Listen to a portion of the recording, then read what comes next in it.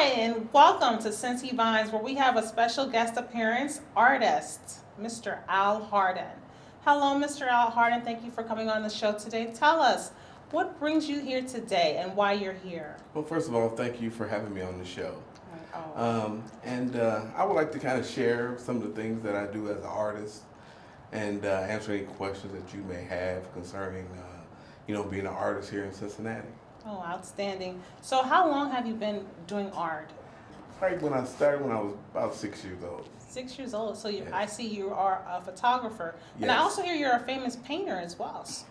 Well, I've done some abstract painting. I wouldn't say famous, but I do enjoy painting. I think I would like to do a lot more painting, but I do enjoy doing some abstract work, yes. Wow, interesting, interesting. And what's your favorite type of medium to use? Well, my favorite is just using is photography. Just get the visual arts. I've done some sketching, not too much, but mainly just visual arts and using photographic medium. So, how your mindset when you do photography and you're capturing an image or a picture, would you say your best way of capturing an image or a picture is reading from left to right, the way English people do, or reading from right to left, the way foreign people do? I would say reading from left to right. I think I see my pictures from left to right. Is what I see. But also, I just get out there and I just take a photograph or make a photograph of what moves me. You know, I mean, it could be something as simple as a decoration on a wall, a crack in the sidewalk, one light bulb or anything. So I basically just make a photograph of what I think is interesting, and yeah, I really enjoy it. Do you do portraits as well? Make portraits? I or- do portraits. I do my own. I do a self portrait, and I also just do portraits. Of my sons. I have 3 sons, and I take portraits of them as well. I don't do your traditional, portrait, whatever, like Yeah. that. I just enjoy just doing what I, want to do. Right. If I had to do it as far as working in the studio, just taking portraits, I don't know if I would be happy doing that Right. as just doing the things that, that So I just see. interest me. So the things that interest you the most are just doing whatever you feel at the time. Let's talk about these fascinating pieces that you sent and that we've seen so far. The one where the gentleman, you can't see his face, but you can see that there's a hood over his head, Yes. and he's holding his hands behind his head. What does that Yes. represent to you? What were you feeling at the time? Well, that is something. When I was in the service for quite a while, and I've gotten out of photography and the visual arts for quite some time, and that was really that shot was actually the catalyst that got me back into doing photography, and that's called legacy. And what it is, it's a gentleman in a hoodie with his arms crossed behind his back as though he is being taken in by the police or what have you. And what they represent is that, this type of treatment that African Americans get at the hands of, police officers, things of that nature, is something that, of course, I didn't start.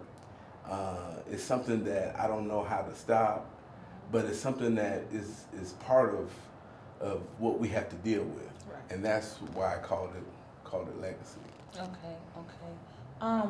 There was also an image where there were 2 gentlemen. Were they giving each other dap, or were they?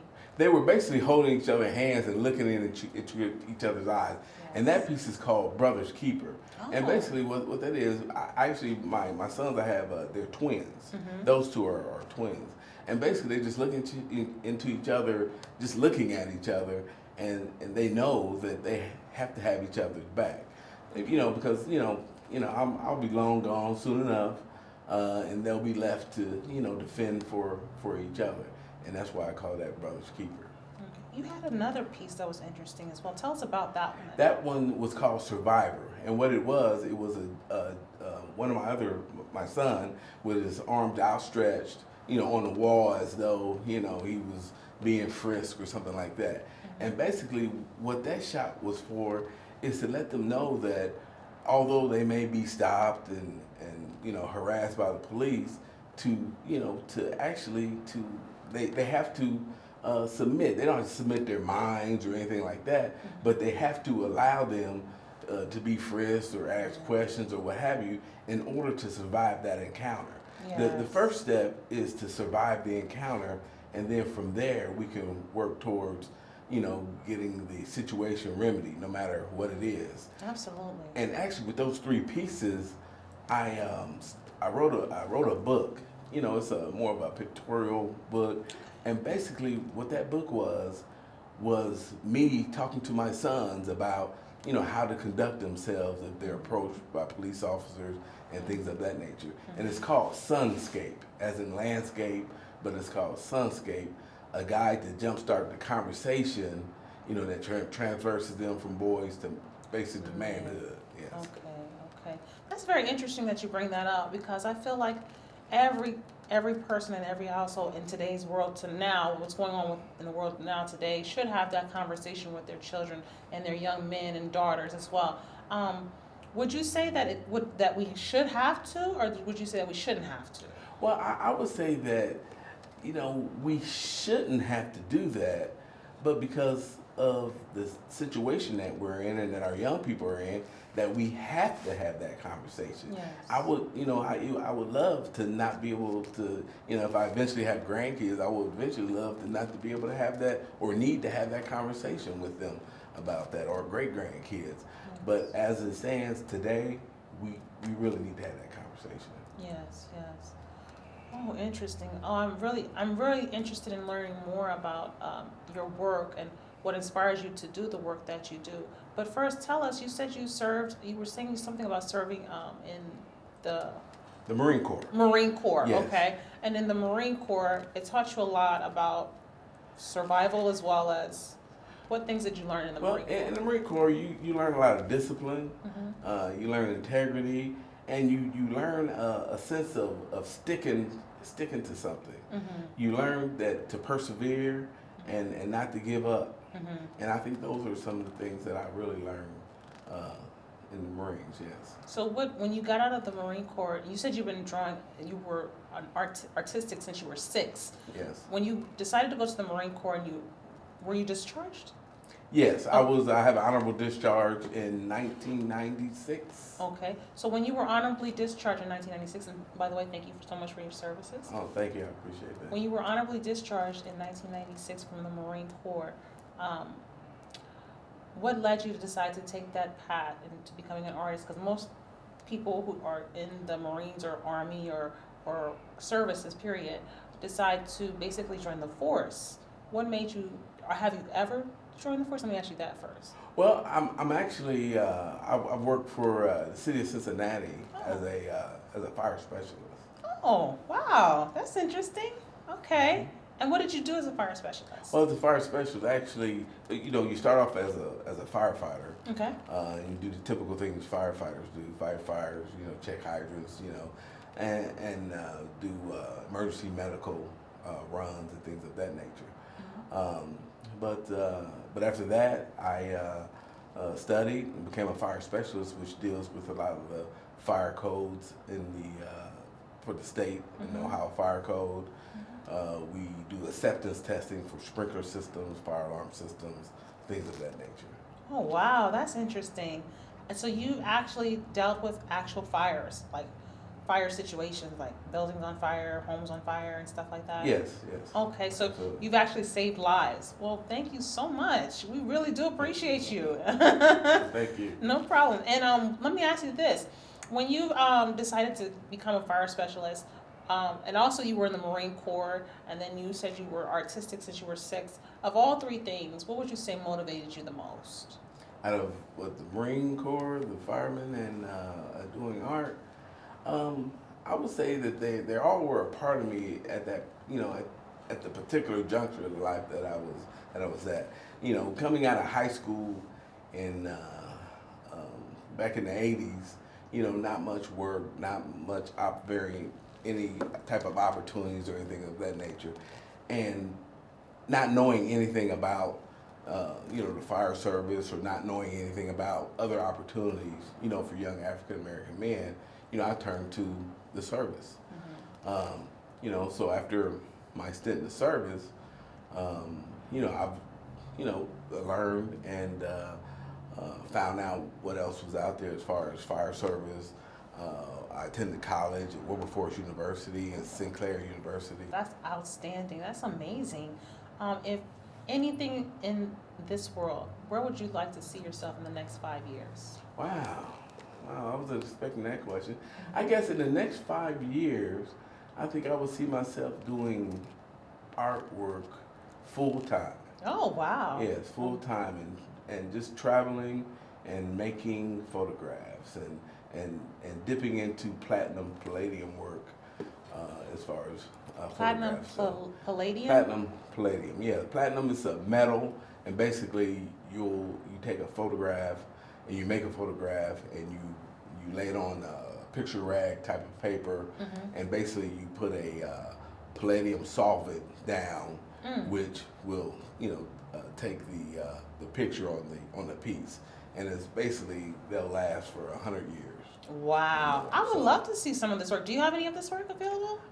The platinum, not as of yet, but I you do also have have plenty other the pieces work. too, right? Yes. With the yes. Brotherhood and the Absolutely, yes. I have all those pieces. Actually, I'm having a show. I'm in a group show in Middletown that'll be starting here in a couple days. There's a show that'll start March 25th, and that will be in Westchester at the VOA, sponsored by Miami University.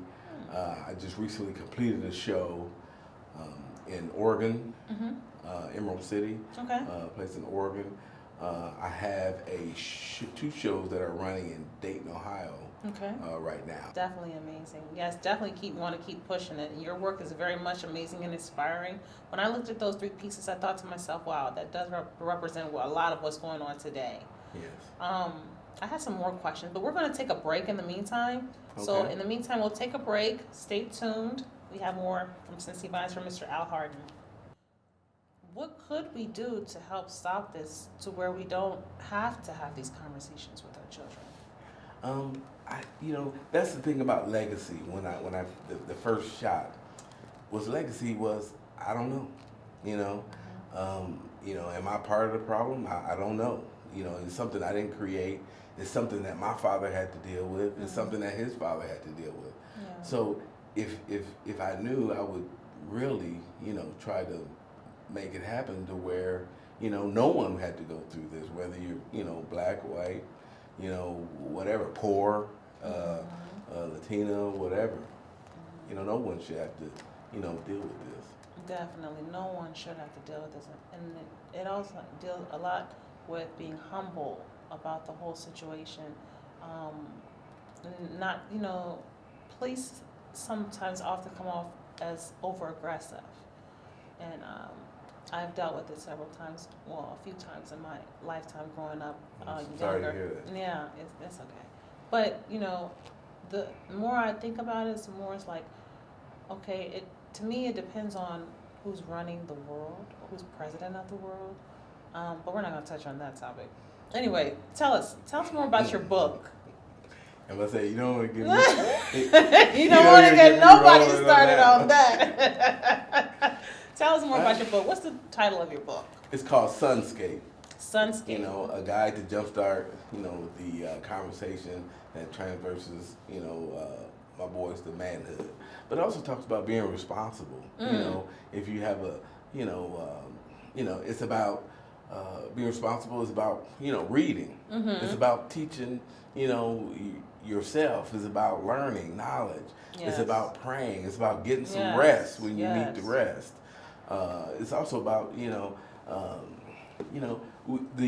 I tell them that, the family policy is, no sex, prior to, you being married. But, we're also a realist. And we say that, hey, if it happens, hey, make sure you're also protected. Yes. And I have a piece that's called Just Past Abstinence, which means, okay, we don't want you to get rolling down this path, but if you do, make sure you protect yourself. Right. That's interesting. Well, I'd definitely love to hear more about these pieces, and I'd love to see more about these pieces. Tell us, where can we find these pieces again, just so they know and it sticks in their head? Well, I'll be having the show in Middletown. It's the Middletown Arts Center. That show will be starting at the end of this month. Also, March 25th, the VOA Center, Voices of America in Westchester. That show will be starting March 25th. Okay. And I'll have some pieces there. Will you have your book there as well? Yes. I'll have a mock-up version. I haven't had it You haven't published yet? as Oh of yet. my goodness! So I would have loved to see this. Read this book. Yes, I've already had a good friend edit it for me, and Can I get my first copy? Can I get dibs on my first copy? Yeah, you got to get your first copy. That's no Autograph too. problem. Autograph.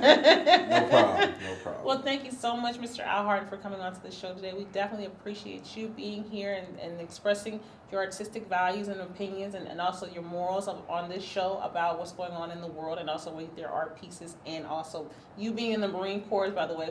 I just want to thank you again for your services. Well, thank you. I appreciate And we you. appreciate you being on our show. Once again, this is Cincy Vines, and we are out. Too Fresh exclusive.